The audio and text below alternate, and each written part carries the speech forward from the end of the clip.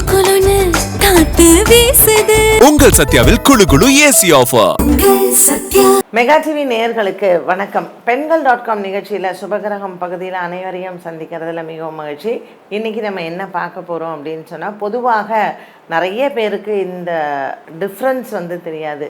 அதாவது கோ பூஜைக்கும் காமதேனு வழிபாட்டுக்கும் வித்தியாசமே தெரியாது. ஒரு கோ பூஜை அப்படிங்கிறது நீங்கள் ஒரு பசுமாட்டை ஆராதிக்கிறது. ஆனால் காமதேனு அப்படிங்கிறது ஒரு தெய்வீக பசு தான் அது.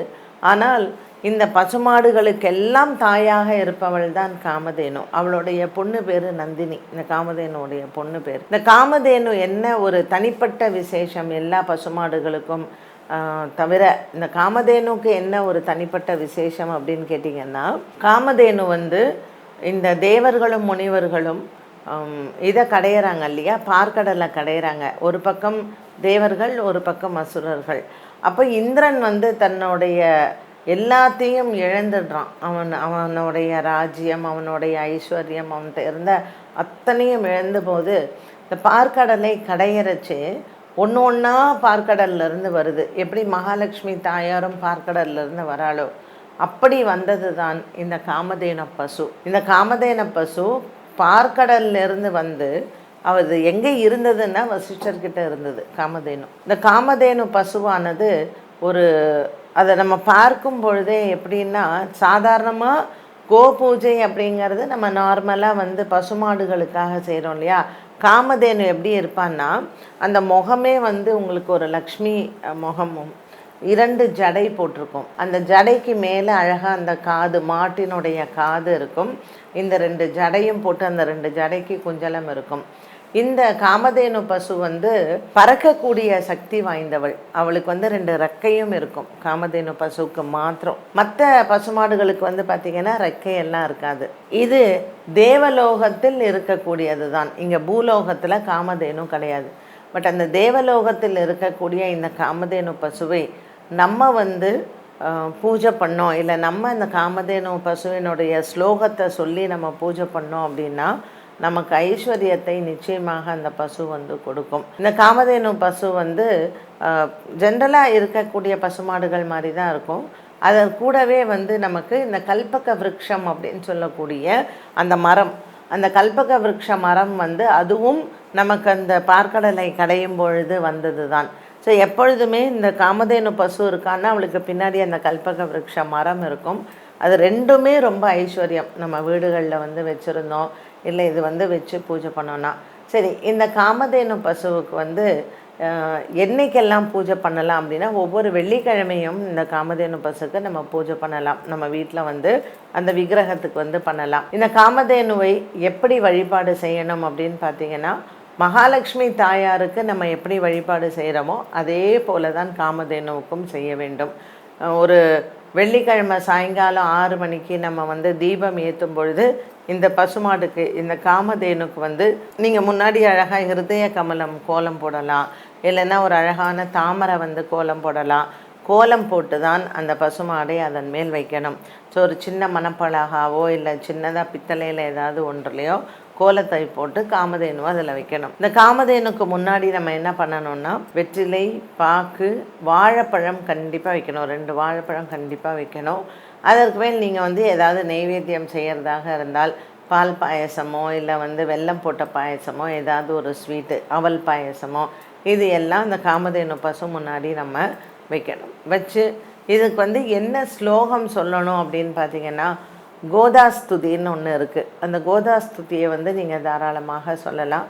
இல்லை பசுமாட்டுக்கு நம்ம பௌர்ணமி பூஜையில் என்னெல்லாம் பசுமாடுகளுக்கு அர்ச்சனை பண்ணுறோம் இல்லையா, அந்த மந்திரங்களையும் நம்ம தாராளமாக சொல்லலாம்.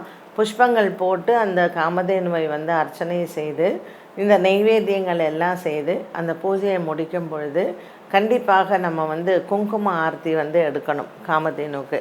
அதை எடுத்து நம்ம வீட்டில் துளசி செடியோ இல்லை வேறு என்ன செடி இருக்கோ அந்த ஆரத்தியையும் அதில் சேர்த்து கொட்டிடலாம்.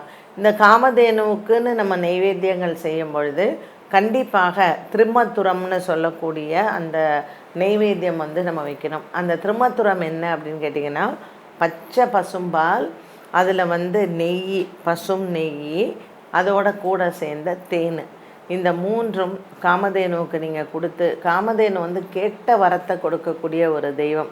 நீங்கள் வந்து ரொம்ப வறுமையில் இருக்கீங்க, நமக்கு வந்து ஒரு ஐஸ்வர்யம் வரணும்னா 48 நாள், அதாவது ஒரு மண்டலம் நீங்கள் தொடர்ந்து இந்த காமதேனுவுக்கு உண்டான சாயங்காலம் 5 மணி ஆச்சுன்னா நீங்கள் வந்து இந்த கோதாஸ்துதி சொல்லி காமதேனுக்கு வெத்தலை பாக்கு இந்த 2 வாழைப்பழம் ஏதாவது சின்னதாக கல்கண்டு திராட்சை இது மாதிரி வச்சு ஒரு தூப தீபம் காமிச்சு ஒரு 108 முறை அந்த காமதேனுவினுடைய மந்திரங்கள் இல்லை காமதேனு காயத்ரி கூட சொல்லலாம், நீங்கள் சொல்லி பூஜை பண்ணிங்கன்னா கண்டிப்பாக அந்த வீடுகள்லாம் ஐஸ்வர்யம் வராமல் இருக்கவே இருக்காது. ஏன்னா இந்திரனுக்கே அவர் இழந்த பதவியையும் அவர் இழந்த சொத்துக்களையும் ஐஸ்வர்யங்களையும் மீட்டு கொடுத்தது இந்த காமதேனு பசு தான்.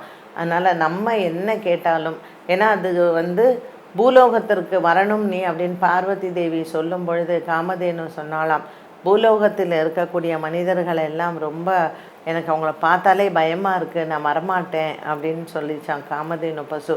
அப்போ பார்வதி தேவி சொல்கிறா, நான் பூலோகத்திற்கு தபஸ் பண்ண போவேன், அப்போ நீ கண்டிப்பாக எனக்கு நீ உறுதுணையாக வரணும் அப்படின்னு சொல்லும் பொழுது, நீங்கள் போகும்பொழுது நான் வரேன், ஆனால் மனிதர்களுக்கு இருக்கிற இடத்துக்கு நான் வரமாட்டேன் அப்படின்னு காமதேனு பசு சொல்கிறது. அப்போது மங்களூரில் வந்து கட்டில்னு ஒரு இடம் இருக்குது. அந்த கட்டிலில் வந்து பார்வதி தேவி அங்கே ஒரு நரகாசுரனை வந்து வதம் பண்ணுறதுக்காக வரா பார்வதி தேவி. அப்போ அவள் வந்து காமதேனு பசுவை சொல்கிறா, நீ எனக்கு வந்து கொஞ்சம் ஹெல்ப் பண்ணணும் அப்படிங்கும்பொழுது அந்த நரகாசுரனை வதம் பண்ணி அந்த கட்டில் துர்கா அங்கே உட்காந்துருக்கா. அவளை சுற்றி ஒரு பெரிய ஆறு ஓடுறது, நந்தினி ஆறுன்னு பேர்.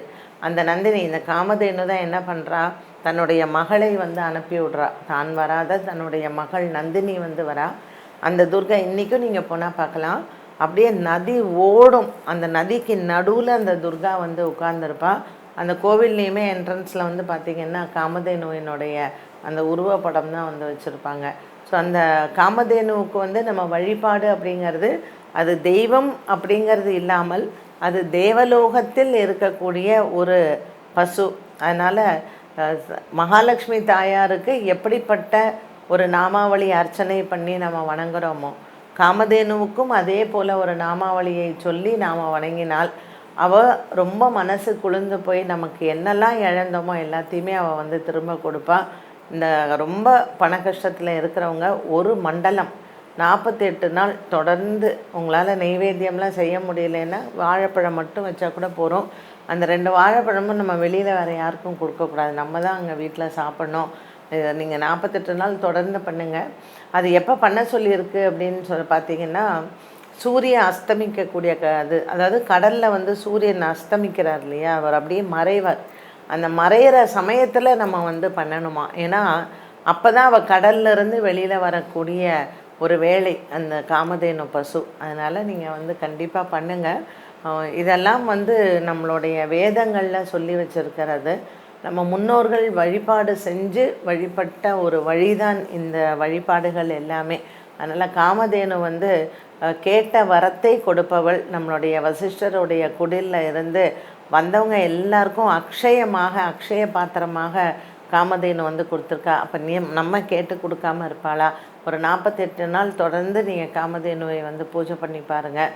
உங்களுடைய கஷ்டங்கள் எல்லாம் தீர்ந்து ஐஸ்வர்யங்கள் பெருகி அக்ஷய பாத்திரமாக நம்மளுடைய வீடுகளில் சந்தோஷங்களும் செல்வங்களும் நிறைந்திருக்கும். என்ன நேயர்களே, இன்றைய Pengal.com நிகழ்ச்சியில் சுபகிரகம் பகுதியில் காமதேனு வழிபாடு எப்படி செய்யணும் அப்படிங்கிறத பற்றி நம்ம பார்த்தோம். மீண்டும் சந்திக்கும் வரை நன்றி, வணக்கம்.